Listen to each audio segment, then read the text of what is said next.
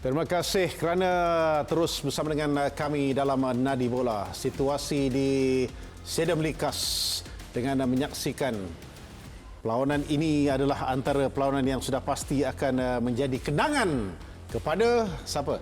Kepada pemain yang berusia 41 tahun. Dan juga merupakan satu perlawanan yang menyaksikan Badrul Bakhtiar berdepan dengan pasukan lamanya. Siapa sangka Badrul Bakhtiar akhirnya keluar daripada negeri Kedah untuk mewakili pasukan lain. Tetapi ini adalah pemain yang menjadi tumpuan. JC nombor 17. Pemain yang berasal daripada Tanjung Karang. Dia dilahirkan pada 21 Januari 1981. Dia boleh bermain di bahagian center forward. Dia boleh bermain selaku attacking midfielder. Dan dia telah bermula karirnya bersama dengan pasukan Selangor FC. Kemudiannya berhijrah ke JDT. Kemudiannya singgah ke Melaka, balik semula ke Selangor FC. Kemudiannya dia berhijrah pula ke Bumi Kenyalang. Dan kini sejak 2021 dia berdepan ataupun dia bermain dengan pasukan Sabah. Sadir Ramdhani juga adalah antara pemain yang telah menunjukkan keupayaan tersendiri. Itu adalah gol yang dapat dihasilkan oleh Amri Yahya. Dia skor kesemuanya pada separuh masa yang kedua. Minit ke-51. Diikuti dengan gol pada minit yang ke-61 dan juga minit ke-71. Semua dipilih satu, Man. Waam ni 41. 41. Sebab umur 41.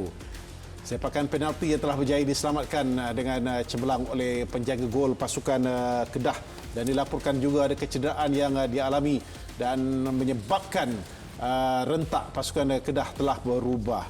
Satu gol telah dapat dihasilkan oleh Pak Tesu menerusi free kick.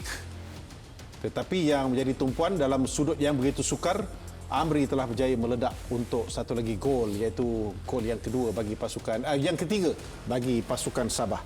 Gol dia pada minit ke-61.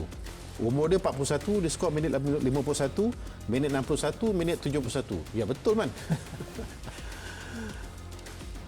Seolah-olah macam disusun. Inilah satu kemenangan yang paling bergaya sekali bagi pasukan Sabah sejak dikendalikan oleh Dato' Ong Kim Swee. Tahniah Dato' Ong. Tahniah untuk anda yang telah berjaya untuk mencapai kemenangan yang keempat pada minggu lalu. Kalau mereka at least draw ketika menentang pasukan KL City, tapi mereka kalah. Dengan kemenangan hari ini, mereka boleh pintas JDT yang tidak beraksi dalam saingan Liga. Tapi sekarang ini, mereka kelebihan 2 perlawanan berbanding JDT yang baru bermain 4 kali, dah skor 12 kali dan juga mengutip 12 mata. Sabah 6 game, 12 mata. Baik. Yang mana nak bincang terlebih dahulu?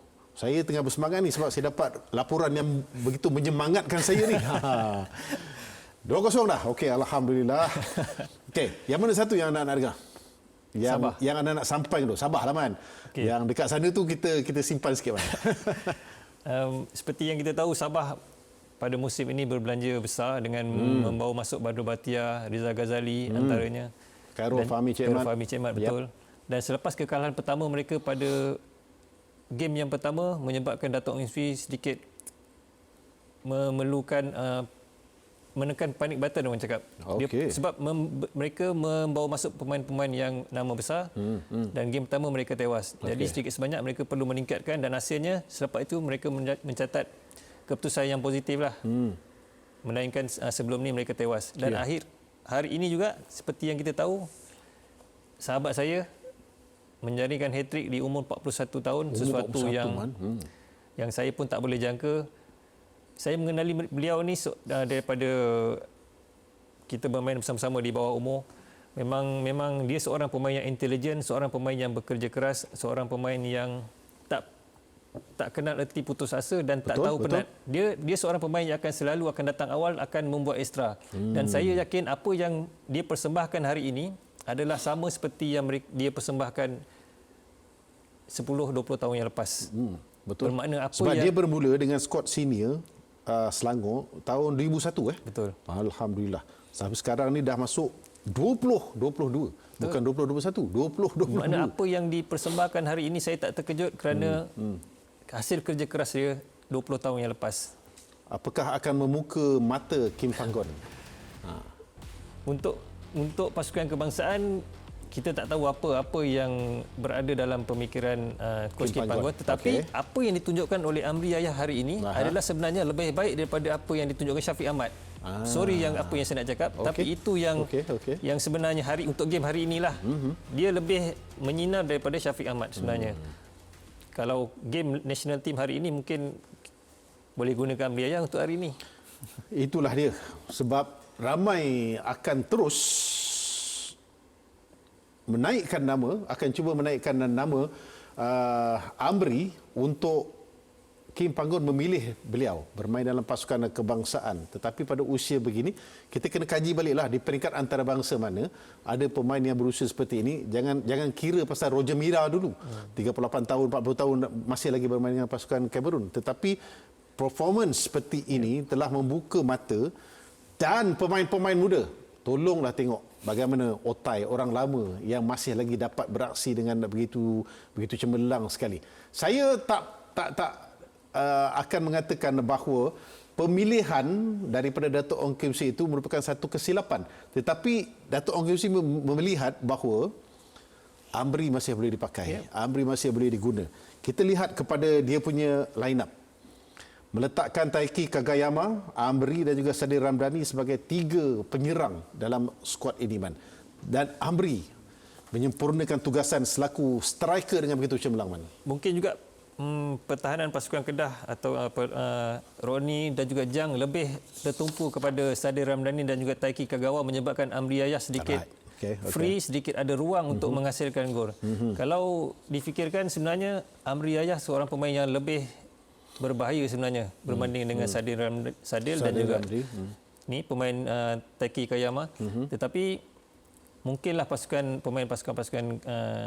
Kedah lebih tertumpu kepada 2 pemain import ini berbanding dengan Amri Yahya. Okey. Saya pasti nak sentuh juga keadaan yang membabitkan pasukan Kedah ini. Kekalahan ini adalah yang kedua kepada mereka daripada 6 perlawanan. Mereka ada 4 kemenangan, betul.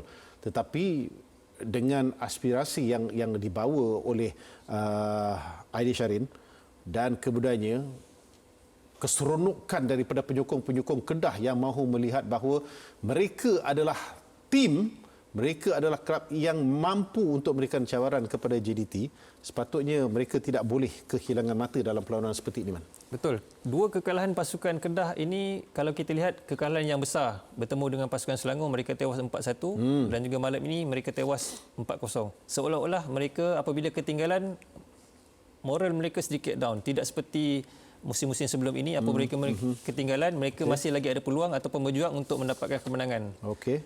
Dan kemudiannya juga, kalau dilihatkan, penyokong-penyokong masih lagi menagih sesuatu yang luar biasa daripada Ronald Ngah Wanja dan juga Dece Gusen. Mereka juga nak melihat bahawa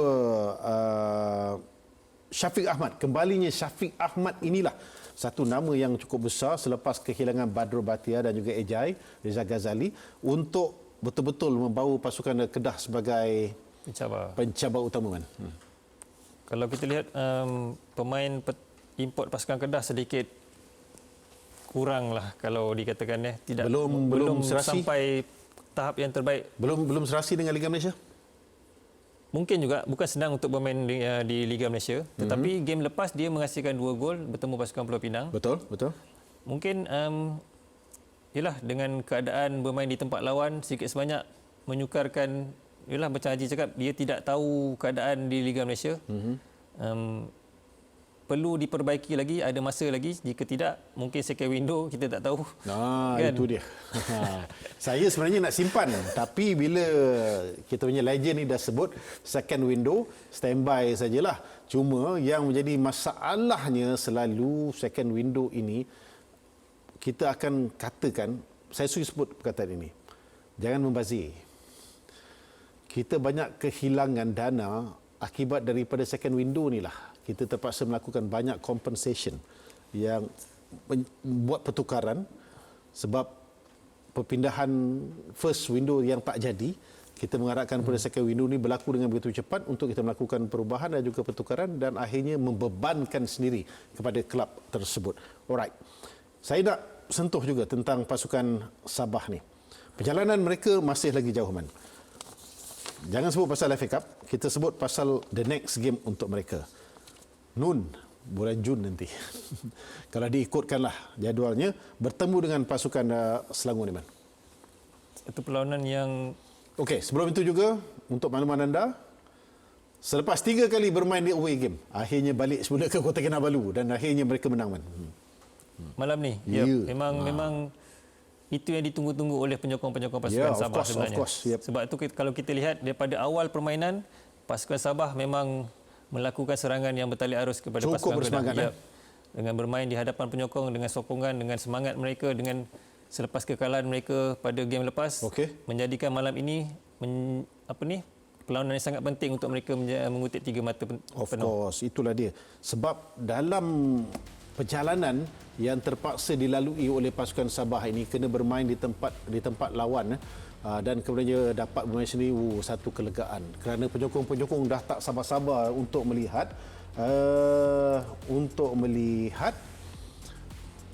kembalinya bintang-bintang dan juga wira-wira mereka untuk bermain dan juga dapat mengatasi pasukan lawan di tempat sendiri di hadapan penyokong-penyokong mereka sendiri. Right, Amri Yahya, memang kita kena tabiklah persembahan yang beliau tunjukkan dalam perlawanan ini menghasilkan jaringan. Dan kemudiannya untuk pasukan Kedah pula, selepas ini dalam saingan Liga, mereka akan berdepan dengan pasukan Melaka United. Kalau diikutkan pada 6 hari bulan 5. Minta maaf, saya tertinggal untuk perlawanan FA Cup itu, tetapi untuk pertemuan dengan pasukan Melaka United juga akan bermain di tempat sendiri. Bermain tempat sendiri dalam saingan Liga, Man. Ini yang perlu mereka gunakan kesempatan. Untuk pasukan Kedah, apabila bermain di tempat sendiri, saya rasa tak ada masalah sangat. Mereka tahu apa yang perlu ditonjolkan ketika dalam perlawanan. Sebab kita tahu bermain di Darul Aman bukan sesuatu yang mudah untuk pasukan lawan. Memandangkan juga pasukan Melaka yang berada dalam keadaan yang yang saya katakan agak tak tentu arah dalam keadaan sekarang ini, dalam pelbagai masalah. Tetapi pasukan Kedah perlu menggunakan kesempatan itu untuk mencatat kemenangan dan mendapatkan 3 mata penuh. Sudah pasti.